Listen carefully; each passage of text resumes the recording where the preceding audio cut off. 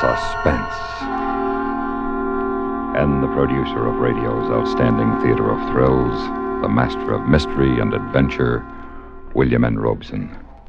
Each year, thousands of short stories roll out from a multitude of typewriters and march across the pages of our magazines toward well-deserved oblivion. Few are memorable. Fewer still are classics. They pass the time and are forgotten even before the paper in which they are written is reduced to black ash. But occasionally, a story is written that is a true classic, an unforgettable tale. Listen to such a one now, as Joseph Cotten stars in Ambrose Bierce's weird and wonderful story of the Civil War, An Occurrence at Owl Creek Bridge, which begins in exactly 1 minute. Another visit with Joe and Daphne Forsythe. Joe? Joe? Joe, stop reading that paper and talk to me. I'm listening. Go ahead. Well, I was talking to Mrs. Snyder today. You know, she's the one whose boy had 31% less cavities. Uh-huh. Well, she thinks that we should buy bigger savings bonds. Uh-huh. She says that when people can afford it, it makes more sense. Oh, she says there are a lot of different denominations. They start at $25, but then there are $50, $100, $200, and even $500 bonds. Is that so? Purchasing price? Uh-huh. I thought so. Joe, what did I say? You said that United States savings bonds are a safe, easy way of investing. I did. That they help guard our country's freedom. And? They're the best investment in America's future. I said something else, too. Oh, yeah. You said that the total accumulated compounded semi-annual interest of the Series E savings bond will amount to 93 1/3% of the original purchase price. Well, now, how did you do that? Husband's trade secret. And now, Occurrence at Owl Creek Bridge, starring Mr. Joseph Cotten. A tale well calculated to keep you in suspense.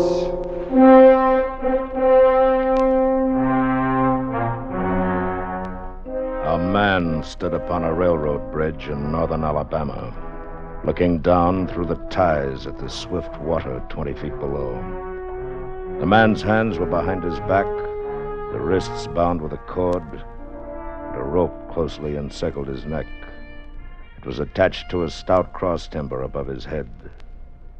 He thought, if I could free my hands, I might throw off this noose and dive into the creek. If I swam underwater, I would be safe from their bullets. If my wind held out, I could make the southern bank, take to the woods, and get away home. Peyton Farquhar, Alabama planter, stood at the end of a plank. A captain of the Union Army and a sergeant stood at the other end. When they stepped aside, the plank would tip upward, and Peyton Farquhar, Confederate spy, would slip between the ties to hang until dead above the muddy water of Owl Creek. The captain steps aside, draws his sword, flourishes it to a carry, sings out a command. The men on the bank smartly spread their legs, thrust hands forward over their rifle barrels. The sergeant on the end of the plank takes one step to the left. The plank tips forward, and Peyton Farquhar drops between the timbers of Owl Creek Bridge. It takes longer to tell it. As you drop downward, you lose consciousness. You are as one already dead. Then you awaken sharply in pain. To feel, not to think, just to feel. The cutting pressure on your throat, the agonies of pulsating fire shooting from your neck downward. To feel the fullness, the congestion, the head bursting with suffocation. Distantly beyond, outside yourself, you hear a splash. Remotely, you sense cool, wet, green darkness. The rope is broken. You have fallen into the stream. Come, Peyton. They can't lick you. The rope's giving. Again. Try once more. That does it. Now you must breathe when you come to the surface. You must breathe quickly. For if they haven't hanged you, and they fail to drown you, You can't let them shoot. There he is! Down there! You dive deeply, but above the ringing in your ears, you hear the volley of the rifles. And as you rise toward the surface, you meet shining bits of metal singularly flattened, the distorted and spent bullets oscillating slowly downward past you. One catches you in the collar. It feels uncomfortably warm. You snatch it out. And this gray piece of Yankee lead reminds you of the gray uniform on the soldier who is responsible for your being here. It was only night before last when the soldier had ridden up the driveway as you and your wife sat under the magnolia trees in the cool twilight. Evening, sir. Evening, Corporal. I wonder if I might trouble you for a glass of water, sir. Well, of course. Oh, don't disturb yourself, Peyton. I'll go fetch it. You're most kind, ma'am. If you'll indicate the Oh, well, nonsense. You just sit a spell with my husband. You look as if you could do with some rest. Yes, ma'am. Reckon I could. I'll be back in a jiffy. Thank you, ma'am. Whose command are you with, Corporal? Colonel Tollivus, 13th North Carolina. We get so little news down here. How are things going at the front? Not good, sir. Damn Yankees are getting ready for another advance. They're repairing the railroad. They got it in shape almost to Owl Creek Bridge. And they got an outpost there. Once they can run trains beyond the bridge, there's nothing to stop them between here and Atlanta. Then why hasn't the bridge been destroyed? Military couldn't get near it. Civilian might. Owl Creek Bridge. Well, that's not far from here, is it? Less than 20 miles.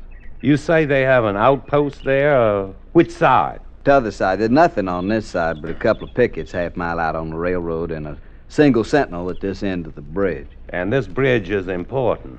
Sure is. Well, what if it were destroyed? Hold up the Yankees several weeks. Now, suppose a man, a civilian like myself, should elude the picket posts and get the better of that sentinel. What could he accomplish? Well, I was there a week ago, just before we had to pull out. There's a heap of driftwood come down last winter's flood. It's caught on the trestle at this end. Looked mighty dry and tendery to me. I see. Fellow with enough gumption might get through and set fire to it. Ought to burn like tow. Yeah, it should. Here's your water, Corporal. Right out of the spring house. Oh, thank you kindly, ma'am. My, that's cool and nice. Well, I reckon I better hit the leather. I got a lot of riding ahead of me tonight. Well, good luck to you, Corporal, and thank you for your information. You'd be taking a chance, sir, but you couldn't do a greater service for your country. I'll remember that, Corporal. Bye, ma'am. Bye, sir, and many thanks.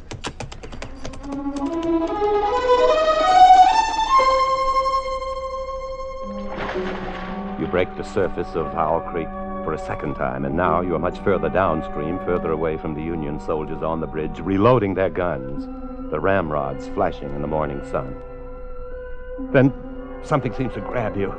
You're whirled round and round, spinning like a waterlogged top.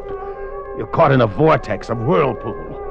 The water, the banks, the distant bridge, the soldiers become indistinct blurs. You're helpless. You feel dizzy and sick to your stomach, just as you felt last night when you crept up the bank toward the lone sentinel at the south end of the bridge and discovered that the sentinel was not alone. There he is, boys! Grab him! Got him, Sergeant! Well, Mr. Peyton Farquhar, we've been expecting you. How did you know my... Ways. Well, look here, I'm a civilian. I was Now, just... save your breath. Thank your maker we didn't shoot you in the back. We don't do things like that up north. You'll get a trial, everything fair and square. All right, bring him along, man. Here he is, Captain, right on schedule. Good work, Sergeant. This the man, Lieutenant? That's him. Why, you were the corporal who stopped at my plantation last night. That's right, Mr. Farquhar, but not of the 13th North Carolina Volunteers. Mr. Farquhar, this is Lieutenant Saltonstall, Intelligence Officer, 5th Massachusetts Regulars. You've trapped me. You've deliberately led me into a trap. I'm a civilian, a planter. And also a Southern patriot caught in the act of sabotage. You can't prove it. We don't have to. But why have you done this? Why have you deliberately trapped me? It's so much easier to eliminate civilian resistance by luring it into the open. You fell for the bait. Too bad. Now, look here. It is my constitutional right. Which Constitution? The Constitution of the United States of America or Jeff Davis? You insulting Yankee. Remember your manners, sir. I demand a trial. You've just had it. Post a guard over him, Sergeant. Yes, sir. We'll hang him in the morning.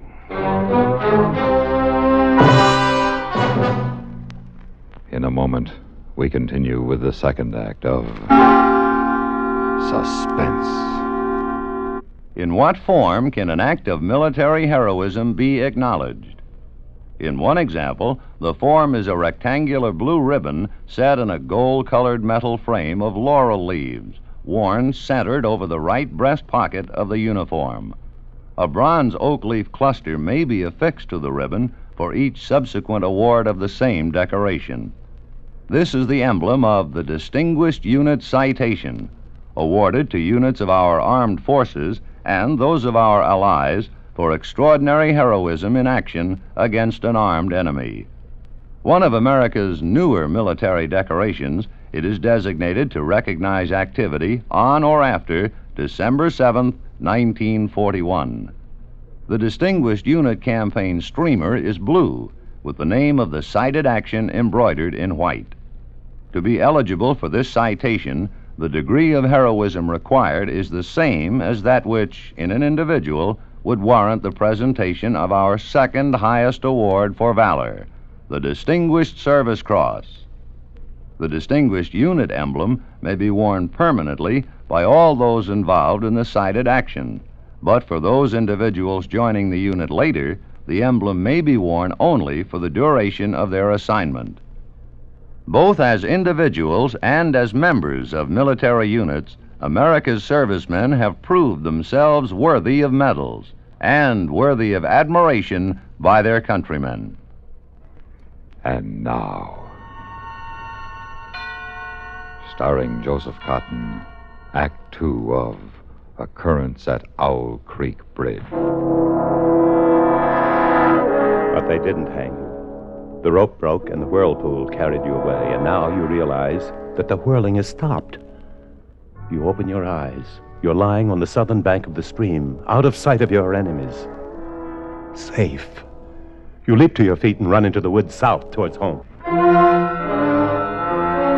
It's nearly noon now, and for half an hour you've been plunging through a swamp waist-deep in green ooze. Your neck hurts constantly, your head throbs, and your tongue is thick. Gnats swarm before your eyes, catching in your eyelids. Mosquitoes buzz in your ears, drill deep in your hands and swollen neck. You can't go any longer. You slow down, you stop. You reach toward a palmetto root for support, and it slithers from your grasp and slides softly into the water. Water moccasin. Fear finds you at last. Terror, which stood aloof when you fled the executioner's bullets, now embraces you with clammy unction. A water moccasin. Now each branch and root seems to writhe under your glance. The swamp is undulating with certain death. You plunge on through the dark, stinking ooze, on and on, tripping, stumbling, never stopping.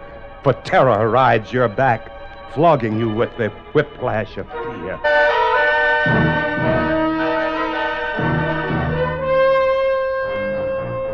Jethro gonna have Mas Farquhar fit as a fiddle in jig time.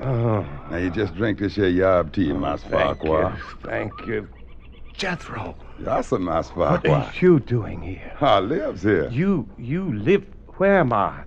What happened? Well, I was pulling my dugout and coming home through the swamp with a mess of catfish, and I sees you laying out there on the bank in front of my cabin. Jethro, I heard... I thought you were dead. Who, me? Dead? Of course you thought Jethro was dead. You knew he had consumption when you sold him.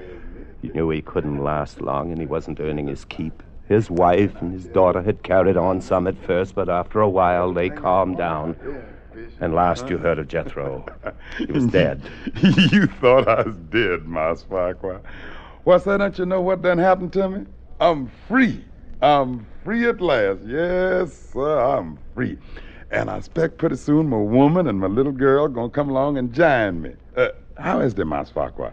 Is they well? Yes, indeed. They're both fine. Oh, I'm sure glad to hear Jethro, I don't know how to say this, but I really was sorry about having to sell you. But there wasn't anything else I could do. I understand, Mas Farquhar, and don't you pay it no mind. I done forgive you long time ago. You have? Well, sure. Don't the Lord tell us to forgive those who trespass against us? And don't the Lord promise us we shall be free? Don't you worry none about it, Mas Farquhar. Hey, here now. Quiet there, Spot. Quiet, chigger. They must have heard a razor back in the brush. No, 'tain't no hog. Look, Mas Farquhar, there's a horse coming down the back road. Why, I swear it's a soldier. One of our soldiers. Corporal look like. Jethro, you've got to hide me. How come I gotta hide you, Mas Farquhar? Don't ask so many questions, you insolent. Mas Farquhar, you forgets. I'm free now. Well, then, just as an old friend of mine, please, just hide me. Don't tell that soldier anything. Sure. I reckon I can do that for an old friend, Mas Farquhar. Yeah. Here, you get on under this bed here, and I'll put the covers over the side. Have you come this far just to be turned in by a wool-gathering black who talks crazy? Hey there, If Uncle. Jethro knew this gray-clad corporal was really a Union lieutenant, he'd guarantee his freedom by turning you in. Unless, No, I guess not. unless, of course, he's planning to dispose of you himself. Yes, that's it. No, sir. He's going to do you in himself. If you run into this Farquhar, don't tell him I was looking for him. Yes, sir. I remember not telling. Just keep minding your own business, Uncle. You'll live longer. Yeah. Y'all can come on out now, Mas Farquhar. I declare I don't understand none of this. You says not to tell him you're here, and he says not to tell you he's been here. Now, what's this all about, Mas Farquhar? Oh, it's nothing, Jethro, nothing. I owe the man some money, and I'm not ready to pay it yet. Oh, I see. Well, I wouldn't know nothing about that. Money's something never bothered me like it do most. Money and me's always been strange. Jethro, what are you going to do with that knife? What? Oh, I was just fixing to slit up some of them catfish I got in the dugout. Look like you could do with a little food, Mas Farquhar. Oh, no, thank you, Jethro. I want to get home by sundown. If you'll just tell me which way I should go. Well, I don't rightly know, Mas Farquhar. I reckon from the way the sun's reclining, it'd be down the road that way. Yes, that should be about right. I ain't never been back, you know. Ain't never tried to go back since I've been free. Yes, yeah, I know. I reckon it won't be long till my woman and my little one comes here to me. Of course. If you get back, Mas Farquhar, if you sees him, you tell him I'm here waiting for him. Yes, I'll do that, Jethro. I'll do that.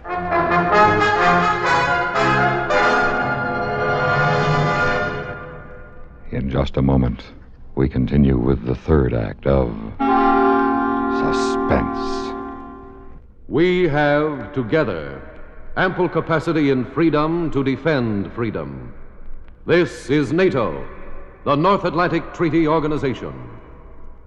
The strategic land area covered by the North Atlantic Treaty is vast and is divided into three major commands in accord with geography and political factors: European, Atlantic Ocean, and Channel commands. Combined, these cover a land and water mass stretching virtually from the North Pole to the Tropic of Cancer, from the coastal waters of North America to those of Europe and Africa. The United States of America is a part of NATO. You should be aware of and alert to the programs and objectives of the North Atlantic Treaty Organization. And now, starring Joseph Cotton, Act 3 of Occurrence at Owl Creek Bridge. How long have you been running down this endless road? It's dark now. Is it night? No, the darkness is only the black of a sudden summer storm. That lightning flash clearly shows the white road ahead and the black silhouettes of trees along the sides. Another flash of lightning directly overhead. For an instant, you seem to see the soldiers of Owl Creek Bridge standing at the side of the road, rifles leveled, their eyes boring down the sights, aiming at your heart. Again the lightning. And on the other side of the road, the gray-clad corporal sits astride his horse waiting for you. No, no, you can't get me now!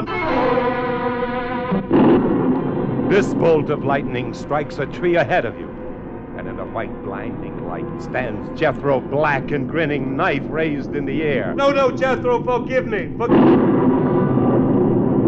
He's gone now. Now you see dangling from each tree along the road a noose. Swinging in the wind, wherever you turn, wherever you look, a noose waiting for you. A noose which wriggles like a water moccasin. You are standing on the green lawn of your plantation before the high-columned entrance. The storm is over. The clouds are black and menacing all around the horizon, but through a break in the sky overhead, glorious sunlight streams down, bathing your garden and your house in heavenly light. You are home, and now you hear a rustle of crinoline, and down from the wide portico steps your beloved wife.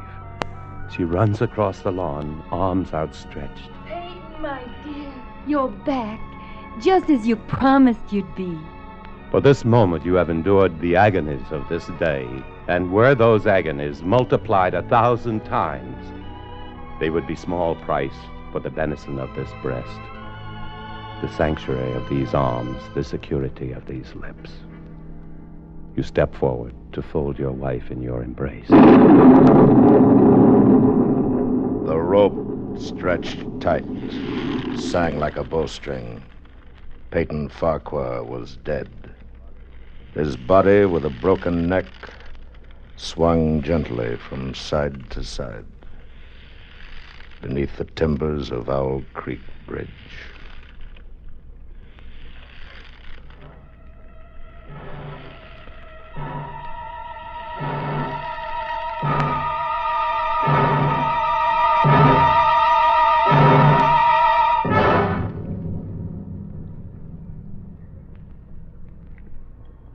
Suspense, in which Joseph Cotton starred in William N. Robeson's production of Occurrence at Owl Creek Bridge, adapted by Mr. Robeson from a short story by Ambrose Bierce. Supporting Mr. Cotton in Occurrence at Owl Creek Bridge were Alan Morgan, William Conrad, Harry Bartell, Lou Merrill, Jack Crucian, and Roy Glenn. Listen. Listen again next week when we return with the youngest guest star in the history of suspense, 7-year-old Evelyn Rudy in Dog Star, another tale well calculated to keep you in suspense.